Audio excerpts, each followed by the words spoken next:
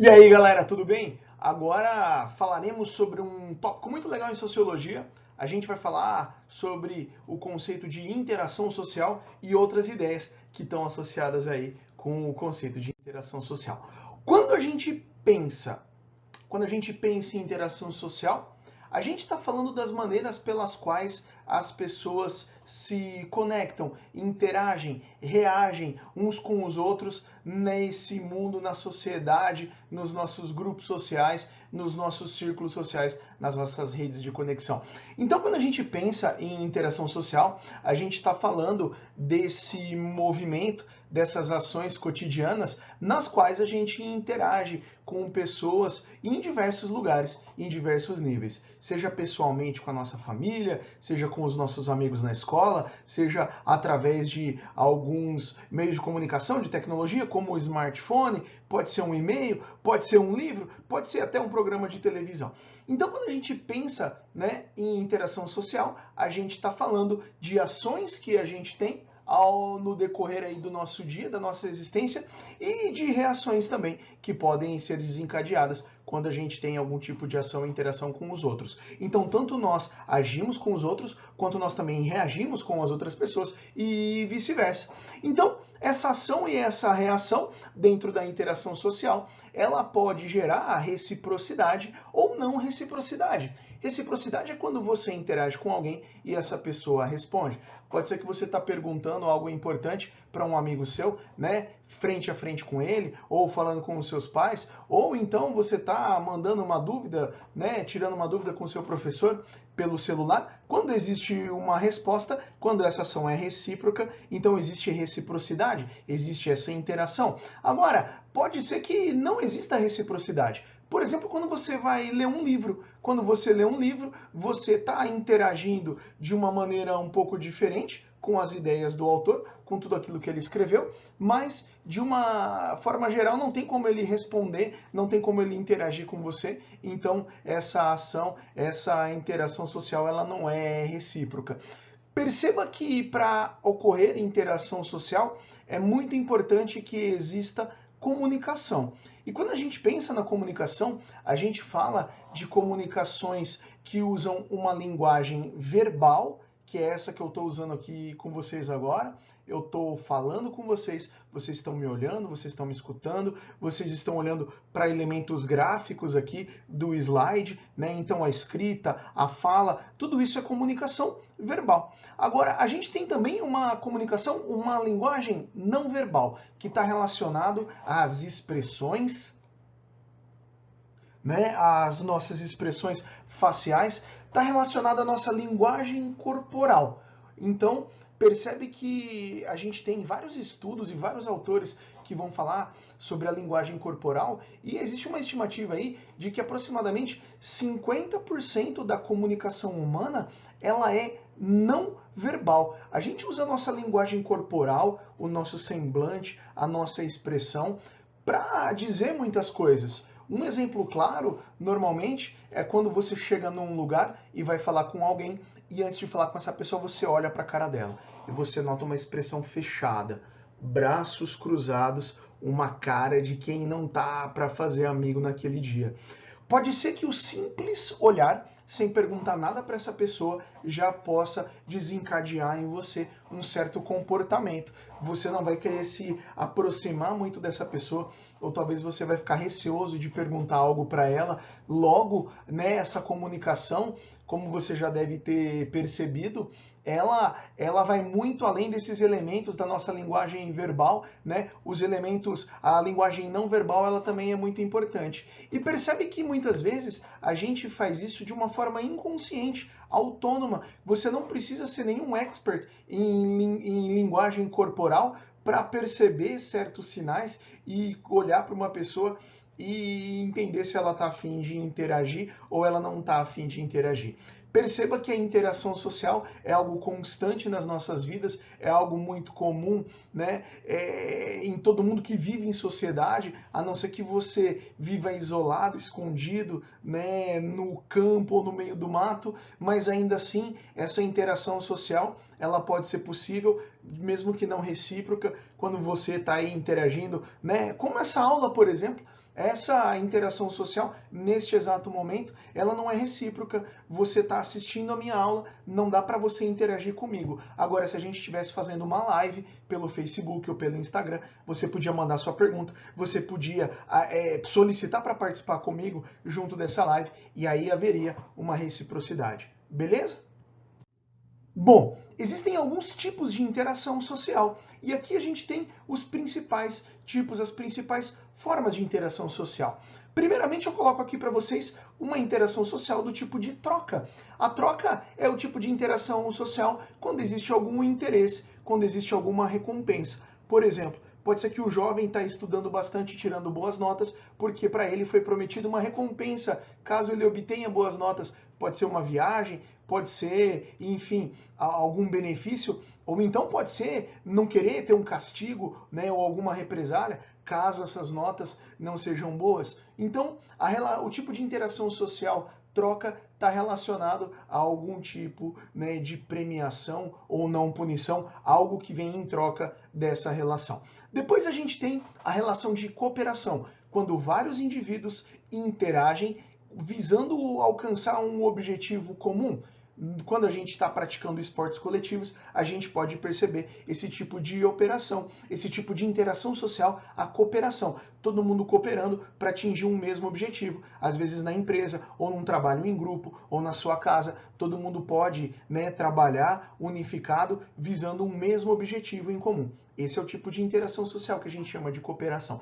Depois a gente tem a competição. E no mundo, na sociedade contemporânea, né, nessa sociedade capitalista, na sociedade de consumo, nessa sociedade onde existe muita competição e também uma ideia de meritocracia, a gente tem o tipo de interação social chamada de competição.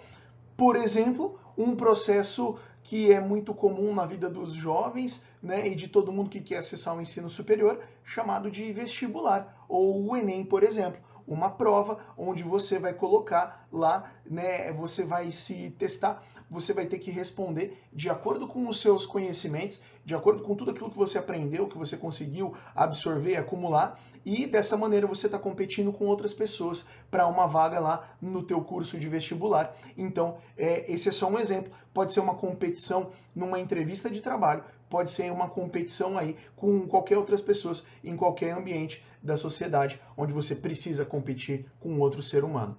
Por último, a gente tem as relações, a interação social de conflito. O conflito está relacionado principalmente às contradições numa abordagem um pouco mais voltada, por exemplo, para o marxismo ou para qualquer forma de contradição social de grupos sociais distintos ou de camadas ou classes sociais onde exista a ideia de confronto, de conflito, de interesses opostos. Então, o conflito social pode se manifestar, por exemplo, quando você tem uma manifestação de moradores de rua, ou de um grupo social, ou de, enfim, de qualquer grupo de pessoas na sociedade, onde essas pessoas entram em conflito com o Estado, ou com outros grupos, ou com outras pessoas, porque os seus interesses são opostos e antagônicos.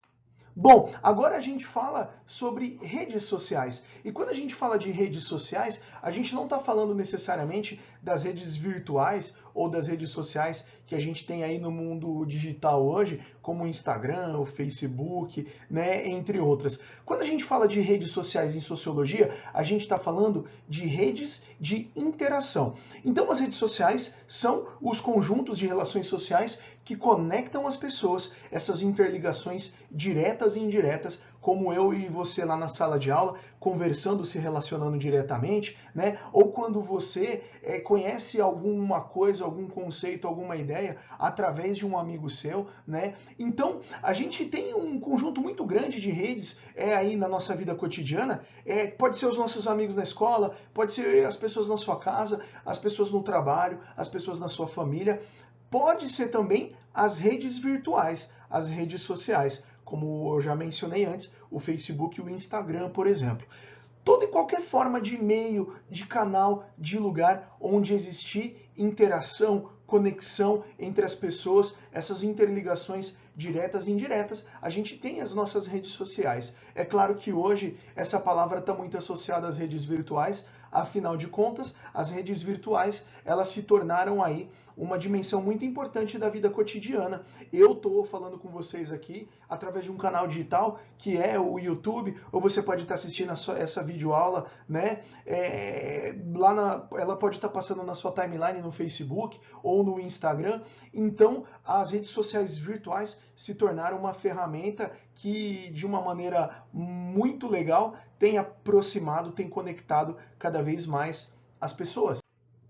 Por fim, falaremos sobre a diferenciação entre sociedade e comunidade, dois conceitos muito importantes em sociologia e que são normalmente confundidos ou misturados. Quando a gente fala de sociedade, a gente está falando de um grupo de pessoas que habita num determinado território, um determinado espaço geográfico, um grupo de pessoas que compartilham de características culturais, como por exemplo o idioma ou costumes.